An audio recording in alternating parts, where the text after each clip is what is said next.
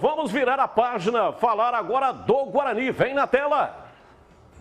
O Guarani anunciou ontem que vai realizar a pré-temporada na cidade de Sorocaba. O grupo de jogadores e comissão técnica vão permanecer na cidade entre os dias 15 e 22 de janeiro. Um período que o técnico Daniel Paulista gostaria que fosse maior, até pela necessidade de equilibrar o elenco com muitas peças novas. Esse período é extremamente importante, é lógico que a gente gostaria de ter até um pouco mais, mas é um período já satisfatório, principalmente para esse grupo que já está treinando desde segunda-feira. Depois de uma campanha que quase terminou com acesso na Série B do ano passado, o Bugre foi o sexto, 4 pontos atrás do Avaí, que garantiu o acesso. O treinador sabe que o grau de exigência da torcida vai ser maior e promete preparação em dobro para não decepcionar. A expectativa agora é visando já essa próxima temporada, onde a gente vai ter que trabalhar bastante, porque a gente sabe que a cobrança ela vai ser ainda maior, porque o nível de apresentação que nós tivemos na Série B, o nosso torcedor exigente como ele vai querer aquele nível para cima, então nós vamos ter que nos preparar bastante para isso. O maior desafio, claro, é o acesso no Brasileirão, mas por aqui todo mundo sabe a importância de fazer um paulista bem feito, afinal, o estadual pode definir quem fica e quem sai para o nacional. Então, o foco total é no Paulistão. O Campeonato Paulista, a cada ano ele vem se fortalecendo, pela organização, pelo planejamento, que é muito bem elaborado pela federação. As equipes, como um todo, se organizam muito para essa competição. Acho que camisa, hoje em dia, ela não garante resultado, e isso é provado a cada ano, né, que equipes, talvez que não tenham a tradição que outras, conseguem resultados expressivos dentro dos jogos. Então, a gente tem que se preparar muito. Bom, Júlio Nascimento, falando aí do Guarani, né? A primeira aparição do técnico em entrevista coletiva, o que você achou? Importante, né, Batista? O Daniel Paulista, ele inclusive focou sobre o período de preparação. Faltam 21 dias para a estreia do Guarani no Campeonato Paulista. Daqui a 3 semanas enfrenta o São Paulo. E é um período, como colocou o Daniel Paulista, apertado, né? O Guarani ainda está recebendo jogadores do mercado, vem buscando reforços, mas tem esse período aí curto para trabalhar o elenco, que ainda está incompleto. E hoje uma informação muito importante, né? Nós trouxemos aqui na Rádio Bandeirantes o dia D sobre o futebol do Regis, se ele permaneceria ou não no Brinco de Ouro, mas o Regis optou pela proposta do Coritiba, se apresenta ao futebol paranaense na próxima segunda-feira, ou seja, o Guarani vai precisar buscar agora um novo camisa 10, Batistão. Ótimo, tudo bem.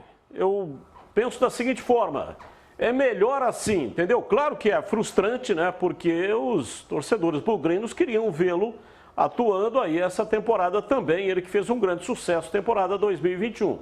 Mas o Regis tem que cuidar das suas coisas, o empresário dele, então ele vai seguir a vida dele. Ele terminou a competição valorizado, né? E alguns torcedores até entraram em contato comigo, Batista, pô, o Regis está sendo injusto, não foi legal com o Guarani. Eu não penso assim. O jogador é uma espécie de mercadoria, entre aspas, e o empresário sempre vai tentar arrumar para ele. Arrumar alguma coisa melhor para ele. O que o Guarani deveria fazer é exatamente ter desistido desta contratação lá atrás e já ter saído no mercado para repor a vaga. Não fez. Acho que foi um erro. O Guarani talvez tivesse uma outra expectativa, imaginasse que o Regis poderia abrir mão da proposta maior financeiramente do Coritiba e ficar no estádio Brinco de Ouro, porque ali ele se sentiu bem, titular absoluto, é ele mais 10, entendeu? Ele é titularíssimo. Mas o Regis preferiu uma proposta financeira melhor e não pode ser crucificado por isso. Eu também concordo, Batista. Acho que o cara tem, é claro e óbvio, eu dizia inclusive isso. Em alguns momentos o atleta pensa, no Guarani eu sou o cara, já estou familiarizado, né, já conheço o treinador, já sei como é que gosta de jogar, mas aí envolve uma série de coisas, né? O aspecto financeiro, né? A projeção do próprio jogador. Então isso daí é uma escolha dele. É uma escolha dele. É claro que é frustrante para o Guarani, porque perde um excelente jogador. Para mim, o melhor jogador aí da temporada, do ano passado. né? Mas agora é o momento do Guarani para o plano B. Será que o Michel Alves já tem um plano B para contratar um meia? Porque vai começar o campeonato.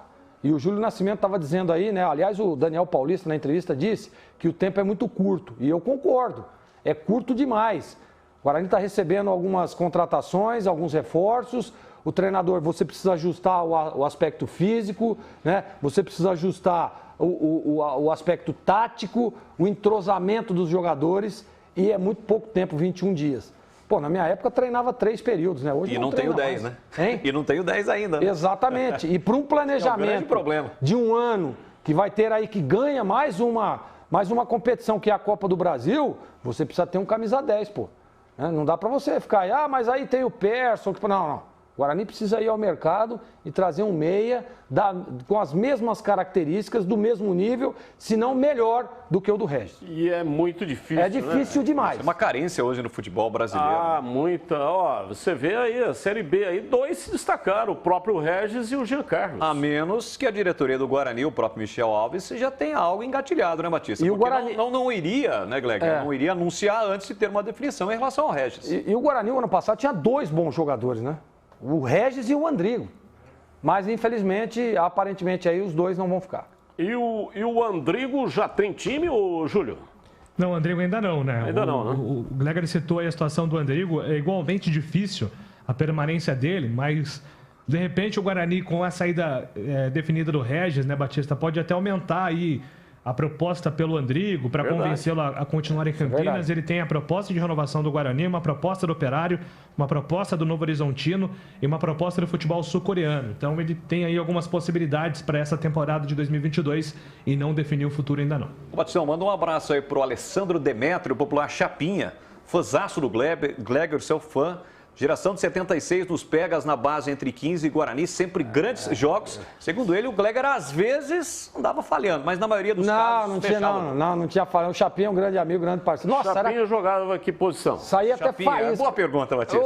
Se eu não me engano, eu acho que era meia ou lateral esquerdo. E agora o treinador daquela geração do 15, Guto Ferreira. Guto Ferreira. E tem o Renan Bettini também, que era dessa lateral época aí. Esquerdo, ou podia ser atacante também, lateral direito. Pode ser. Zagueiro, volante. Não, mas eu acho que ou era meio esquerdo ou era lateral esquerdo. O Chapinha era bom jogador. E o Geração Renan Bettini também mandou mensagem aqui pra mim. Também fazia parte desse negócio. Rapaz, era metal esfregando em metal. Ô, Boles, aproveitar a sua presença aqui para falar um pouco do 15 Piracicaba. Aí vai disputar a Série A2. Série A2 com o Luciano Dias, um conhecido, né, da torcida do Guarani. E o Rondinelli, Batista, pode ser o próximo reforço anunciado pelo 15 de Piracicaba para a disputa da Série A2. A competição começa no dia 26, a exemplo da Série A1, e a estreia do 15 contra o Velo Clube. O 15 já voltou aos treinamentos e no decorrer da próxima semana tem o jogo treino contra a Caldense. Expectativa que desta vez o 15 suba para a primeira divisão. Continua contratando, o time não está definido ainda. Não, o Rondinelli deve ser a última, caso seja efetivada a contratação,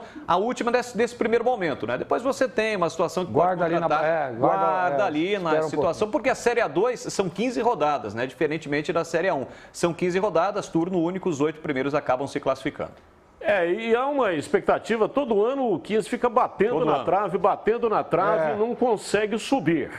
Desta feita, talvez o Luciano Dias consiga aquilo que há muito tempo o torcedor do 15 está querendo. Né? E o Rondinelli pode cair bem nesse time, né? Um cara que tem habilidade, cobrador de faltas, claro, que não tem aquela intensidade de antes, né, Júlio? O campeão Série A2 com o próprio Guarani é um cara que pode ajudar o 15.